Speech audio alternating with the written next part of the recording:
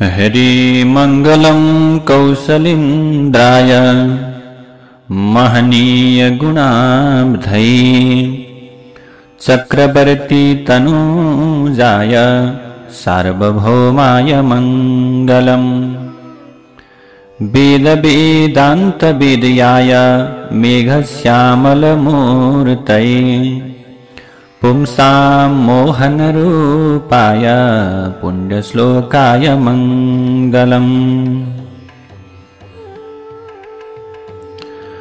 अब यसरी प्रभु बिहानै राजा दशरथले पुत्रको शोकले ज्यादै पीडित भएर भुइँमा अचेत अवस्थामा लडेर छटपटाइरहेका थिए। उनको त्यस्तो प्रकारको अवस्था देखेकी दुष्ट कैकेयीले राजासँग भनिन्, हजुरले मलाई 2वटा वर दिने प्रतिज्ञा गर्नुभएको थियो। यसै समयमा मैले वर मागेको सुनेर हजुरले यसरी भुइँमा लडेर पश्चाताप गर्न उचित नहुने भएकाले हजुरले आफ्नो मर्यादामा रहनुपर्छ महाराज।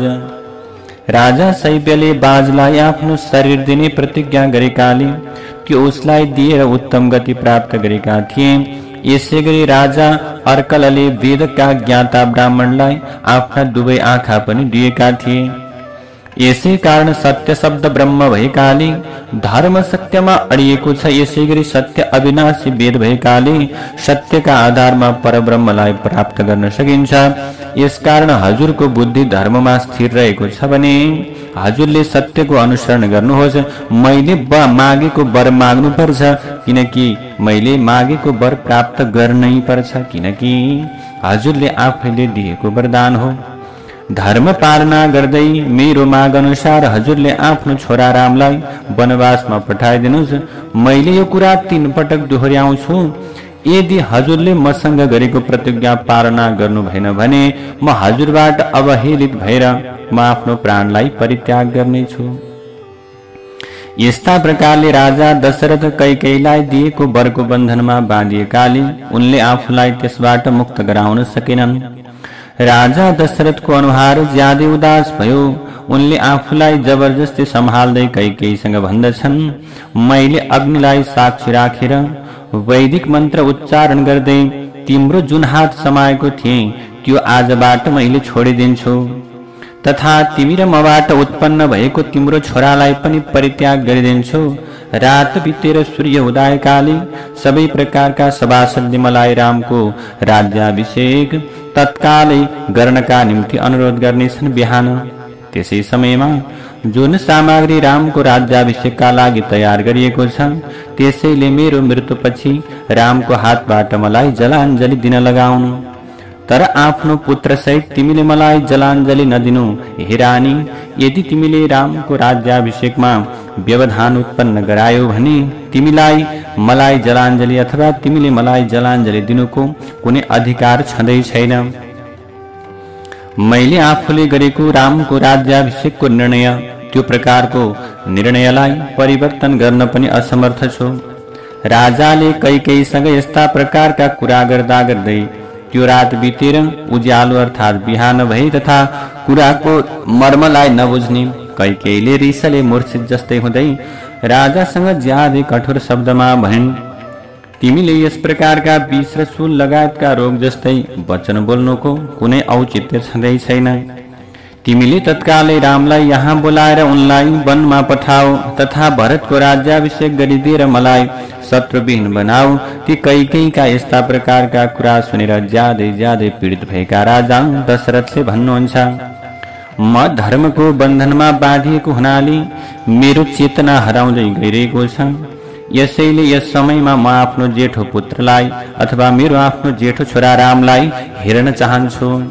जब रात बितेर उज्यालो भइसकेपछि सूर्य उदय अनि पुष्य नक्षत्रको योगमा अभिषेक गर्ने शुभ मुहूर्त पनि आयो। त्यसै समयमा आफ्ना शिष्यहरूले यथार्थ रूपमा घेरिएका वशिष्ठ अभिषेकका लागि आवश्यक सामग्री सहित अयोध्यामा आउनुभयो।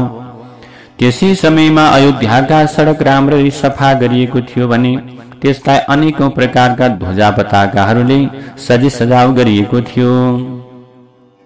त्यहाँका सबै मनुष्यहरू ज्यादै हर्षित र उत्साहित भएका थिए। त्यो नगरका बासिन्दा रामको राज्याभिषेक हेर्नका निम्ति ज्यादै उत्सुक भएका थिए। त्यसै समयमा महर्षि वशिष्ठ दरबारमा पुग्दा त्यहाँ उनले राजाको सचिव तथा सारथी सुमन्त्र भर्खर भित्रबाट आएर ढोकामा उभिएको देखिसके पछाडि वशिष्ठले सुमन्त्रसँग भन्नुभयो, हे सुमन्त्र, तिमीले राजालाई तत्कालै म आएको छु भन्ने प्रकारको सन्देश देऊ। उहाँलाई रामको राज्याभिषेकका लागि सबै सामग्री तयार भएको जानकारी पनि देऊ।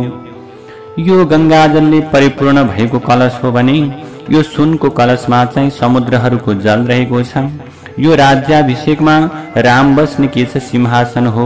जाऊ, यसैगरी सबै प्रकारका बीजहरू, चन्दन, अनेकौं रत्न, मही अनि दही, घिउ, लावा, कुश, फूल, दूध अनि त्यस्तै गरी यस्तै प्रकारका अष्टकन्याहरू, मदले धेरै उन्मत्त भएको हात्ती, 4वटा घोडाले तानेको रथ, ज्यादै ज्यादै चम्किलो खड्ग, उत्तम प्रकारको धनुष, मनुष्यले बोक्ने पालकी, चन्द्रमा जस्तै सेतो छाता, चमर सुनको झारी अनि सुनको मालाले सुशोभित अग्लो जुरो भएको साढे। त्यस्तै गरेर अब यहाँ विभिन्न प्रकारका 4वटा दारा भएको सिंह, उत्तम प्रकारका घोडा अनि सिंहासन, बाघको छाला, समिधा, अग्नि, सबै प्रकारका बाजाहरू, श्रृंगार सम्पन्न सौभाग्यवती स्त्रीहरू, आचार्य, ब्राह्मण, गाई, पवित्र पशु पक्षी, नगर र शहरका उत्तम पुरुषहरू तथा सत्यवादी मनुष्य धेरै राजा सहित ज्यादै प्रसन्नतापूर्वक रामचन्द्रको यो अभिषेकलाई हेर्नका निम्ति, रामको राज्याभिषेकलाई हेर्नका लागि यहाँ उपस्थित भएका छन्। जाऊ जाऊ सुमन्त्र, तिमीले छिटै छिटै राजालाई अब छिटो आउनका निम्ति भन, किनकि अब सूर्य उदय भएपछि पुष्य नक्षत्रको योगमा रामले राज्य पाउन्, रामले राज्य प्राप्त गरून्। वशिष्ठ नाम गरेका ऋषिका यस्ता कुरा सुनेपछि सुमन्त्र राजा दशरथको प्रार्थना गर्दै उनको भवनमा गए। राजाको कल्याण चाहने द्वारपालले सुमन्त्रलाई फेरि भित्र जान दिए, किनकि उनलाई राजाले जुन कुनै समयमा पनि भित्र आउन सक्ने आज्ञा दिएका थिए। सुमन्त्र राजाको नजिकमा गएर उभिए। उनलाई राजाको यो अवस्थाको ज्ञान नभएकाले उनी के गर्न थाले, अत्यन्त अब त्यो प्रकारको ज्ञान थिएन। सुमन्त्र चाहिँ राजाको नजिकमा गएर उभिए अनि उनलाई राजाको यो अवस्थाको ज्ञान नै नभएकाले, अब राजा कस्तो अवस्थामा हुनुहुन्छ भन्ने ज्ञान नभएकाले हात जोडेर प्रार्थना गर्दै राजालाई भन्दछन्, जसरी सूर्य उदय भएपछि समुद्रले हर्षका छालहरूले आनन्दित हुँदै त्यसमा स्नान गर्ने चाहना भएका मनुष्यहरूलाई आनन्दित बनाउँछ, त्यसै गरी हे महाराज, हजुरले प्रसन्न भएर म सेवकलाई आनन्दित बनाउनुहोस्। अब उठेर राज्याभिषेकको मङ्गल कार्य पूर्ण गरेर वस्त्र र आभूषणले सुशोभित शरीरले सिंहासनमा बस्नुहोस्। हे महाराज, चन्द्रमा, सूर्य, शिव, कुबेर अनि वरुण, अग्नि र इन्द्रले हजुरलाई सधैँ विजयी गराउन्। रात्रि देवी आफ्नो ठाउँमा गइसक्नु भएकी हुनाले हजुरले जुन कार्यका लागि आज्ञा दिनुभएको थियो, हजुरको त्यो सबै कार्य पूर्ण भइसकेको छ। हे महाराज, यसपछि जुन अभिषेकको कार्य छ त्यो चाहिँ हजुरले पूर्ण गर्नुहोस्। रामको राज्याभिषेकको सबै तयारी पूरा भइसक्यो। यहाँ नगर र शहरका मनुष्य अनि मुख्य मुख्य व्यापारीहरू, ठुला ठुला व्यक्तित्वहरू, गण्यमान्य व्यक्तित्वहरू पनि हात जोडेर उपस्थित भइसकेका छन्। वशिष्ठ नाम गरेका ऋषि सहित समस्त ब्राह्मणहरू आएर ढोकामा उभिरहनु भएको छ। यसै कारण हजुरले तत्कालै रामको राज्याभिषेकको कार्य गर्ने आरम्भ गर्नुहोस्, त्यो प्रकारको आज्ञा दिनुहोस्। जसरी बिना गोठालोका पशु, बिना सेनापतिका सेना, बिना चन्द्रमाको रात्रि र बिना साँढे गाईहरू शोभायमान हुँदैनन्, जहाँ राजाको दर्शन हुनै सक्दैन त्यो राष्ट्रको अवस्था त्यस्तै हुन्छ। सुमन्त्रका यस्ता कुरालाई सुनेर राजा दशरथ फेरि शोकुलले अत्यन्त के हुनुभयो, शोकले आकुल व्याकुल अत्यन्त पीडित हुनुभयो। त्यसै समयमा पुत्रसँग वियोग हुने सम्भावनाले राजाको प्रसन्नता हराएको थियो भने शोकका कारणले आँखा राता भएका थिए। अब राजाले सुमन्त्रसँग भन्नुभयो, तिमीले यस्ता प्रकारका कुरा गरेर हे सुमन्त्र मलाई पनि दुखी बनाइरहेका छौ। अब प्रभु राजाका यस्ता कुरालाई सुनेर उनको त्यो विक्षिप्त अवस्थालाई देखेर सुमन्त्र अत्यन्त डराउँदै त्यो ठाउँबाट केही पछाडि गए। यसरी दुःखले ज्यादै पीडित भएका राजाले केही पनि भन्न नसकेपछि आफ्नो अभिलाषा पूर्ण गराउने चाहना भएकी कैकेयीले सुमन्त्रसँग भनिन्, रामको राज्याभिषेक हुने हर्षले राजा रातभरि नसुतेकाले धेरै थकित भएकाले अहिले उनलाई निद्रा लागेको छ राजालाई। यसै कारण तिमीले तत्कालै रामलाई बोलाएर यहाँ ल्याऊ।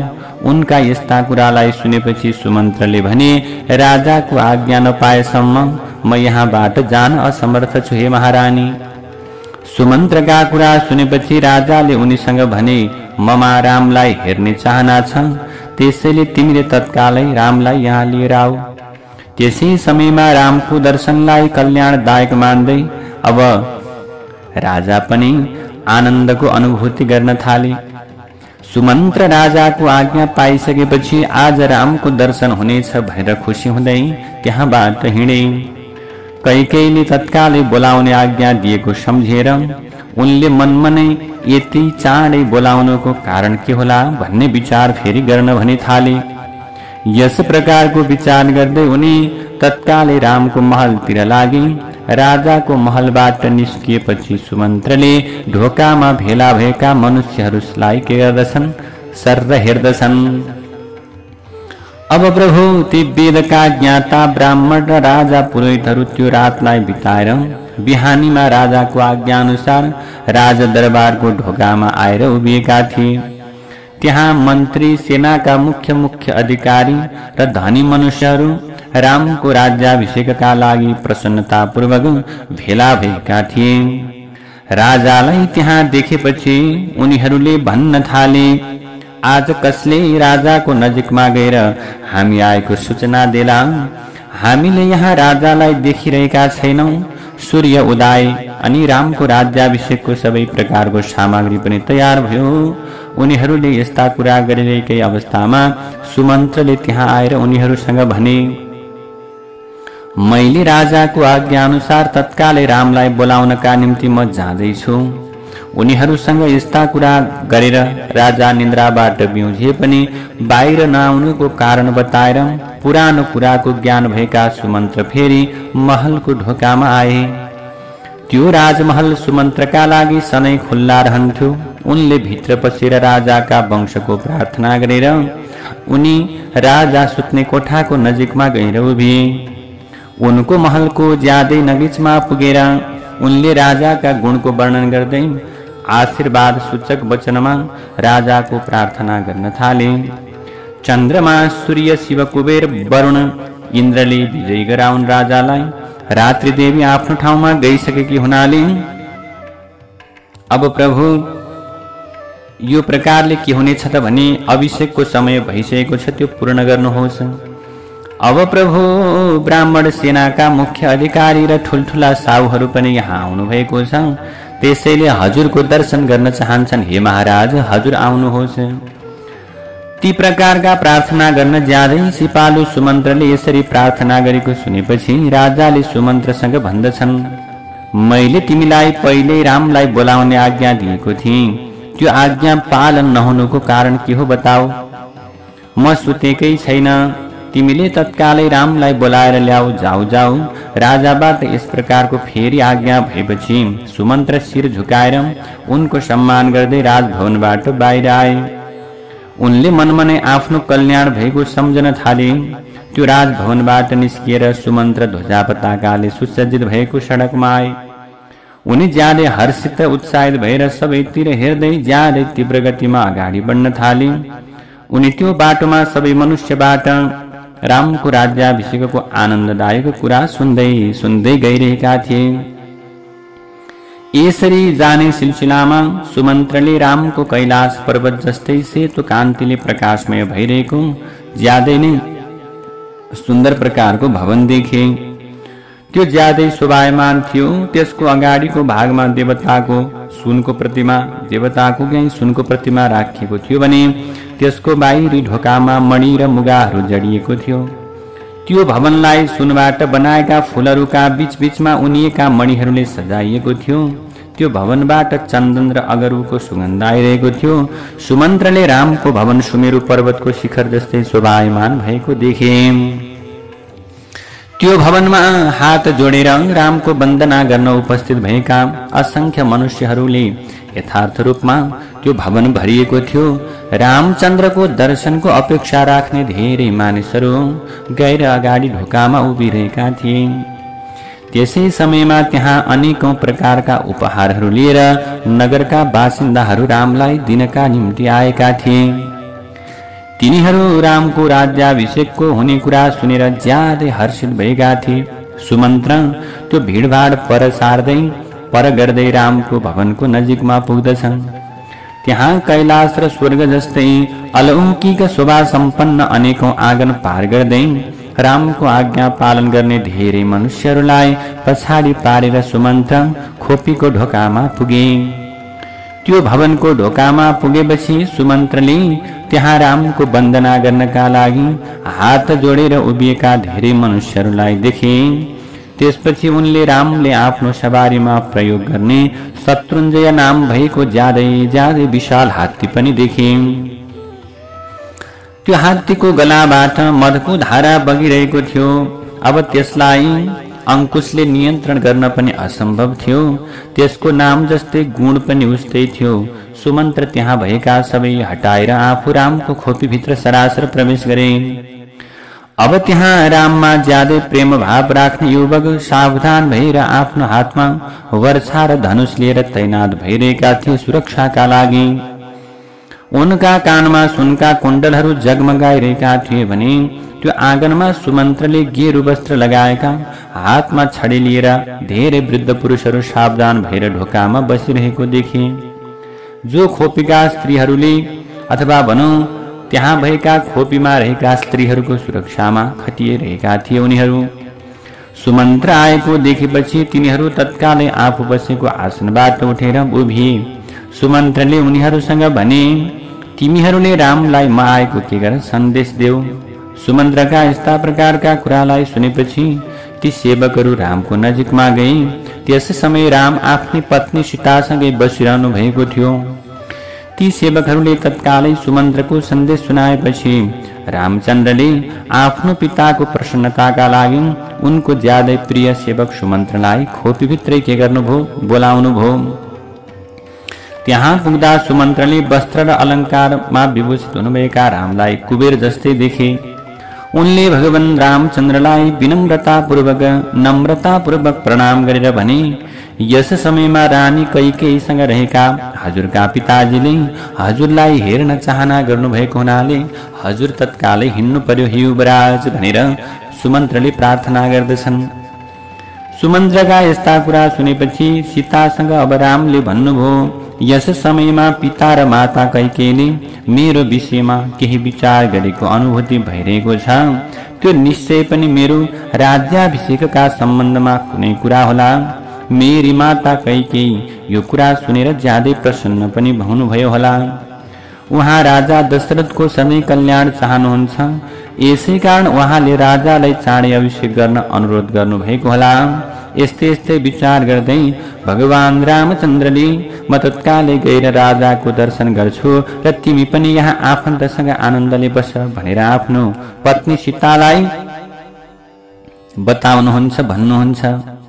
आफ्नो पतिका आफ्नो श्रीमानका यस्ता प्रकारका कुरा सुनेपछि सीताले रामको मंगलमय कामना गर्दै रामलाई ढोकासम्म पुर्याउने सिलसिलामा भन्नुभयो। ब्राह्मणहरूसँग बसेर हजुर युवराजको पदमा अभिषेक गरेपछि महाराज अर्को समयमा राजसूय यज्ञमा सम्राटको पदमा हजुरको अभिषेक गर्न योग्य हुनुहुन्छ। हजुरको अब त्यो प्रकारको राजसूय यज्ञको दीक्षा लिएर त्यस अनुसारको व्रतको नियम पालना गर्दै उत्तम मृगको छालालाई धारण गरेका पवित्र हातमा मृगको सिङ लिएको स्वरूपको दर्शन गरेर सेवा गर्ने अभिलाषा मलाई धेरै छ पतिदेव। हे मेरो स्वामी, हजुर पूर्वमा इन्द्रले, दक्षिणमा यमराजले, पश्चिममा वरुणले र उत्तरमा कुबेरले हजुरको सधैँ रक्षा गरून्। त्यसपछि सीतासँग विदा भएर राम सुमन्त्र सहित आफ्नो भवनबाट बाहिर निस्किनुभयो। त्यहाँ बाहिर भेला भएका सबैलाई भेटेपछि राम रथमा सवार हुनुभयो। त्यो रथको अब प्रकारको घरघराहट पानी वर्षाउन लागेको बादलको जस्तै गम्भीर गर्जनामा, गम्भीर प्रकारको आवाजमा रथ बिस्तारै बिस्तारै अगाडि बढ्न थाल्यो। त्यो रथ अत्यन्त धेरै फराकिलो थियो। आफ्नो सहज कान्तिले प्रकाशमय भएका राम त्यो रथमा सवार भएर तत्कालै त्यहाँबाट हिँड्नुभयो भने त्यो ज्यादै तेजस्वी रथ पनि आकाशमा गर्जिने बादल जस्तै गरेर आफ्नो घर घरको ध्वनिले सबै दिशालाई गुन्जायमान बनाउँदै रामको भवनबाट बाहिर निस्कियो। रामका भाइ लक्ष्मण पनि हातमा चामर लिएर अब त्यो रथमा सवार हुनुभएका अब लक्ष्मण पनि पछाडिबाट आफ्नो जेठो दाजु रामको रक्षा गरिरहेका थिए। लक्ष्मणले त्यसै समयमा सबैतिर मनुष्यहरू भिड के थियो बढिरहेको थियो। मनुष्यहरू खचाखच भइरहेका थिए। उनीहरूको हिँडेको ध्वनि के हुन थाल्यो, गुन्जिन थाल्यो। रामको पछाडि पछाडि अनेकौं असल असल घोडा हात्तीहरू हिँड्न थाले भने अब रामचन्द्रको अगाडि अगाडि हातका खड्ग अथवा हातमा विभिन्न प्रकारका खड्ग र धनुष लिएका अनेकौं मनुष्यहरू सुरक्षाका निम्ति हिँडिरहेका थिए। यसै गरी बाटामा बाजाहरूको ध्वनि, बन्दीहरूले गरेको प्रार्थना अनि सुरवीरहरूको सिंह जस्तै गर्जनाहरू सुनिरहेका थिए भने घरको झ्यालझ्यालमा बसेका सुन्दर स्त्रीहरूले राममाथि फूलको वर्षा गराइरहेका थिए। त्यसै समयमा प्रभु बार्दली र भुइँमा उभिएका विभिन्न व्यक्तिहरूले रामको प्रार्थना गर्न थाले। त्यसै समयबाट टाढा टाढा त्यसै समयमा के भयो, टाढा टाढाबाट अयोध्यामा आएका मनुष्यहरूले ज्यादै खुसी हुँदै रामका विषयमा कुराकानी गरिरहेका थिए। रामले चारवटै वर्णका सबै मनुष्यहरूमा उनीहरूको अवस्था अनुसार दया गर्ने भएकाले रामका सबै प्रकारका भक्तहरू थिए अथवा ती उपस्थित जति पनि मनुष्यहरू थिए सबै रामचन्द्रका भक्त थिए। यस प्रकारले सबै आँगन पार गरेर राम आफूसँगै आएका सबैलाई फर्काएर आफू चाहिँ महलमा प्रवेश गर्नुभयो।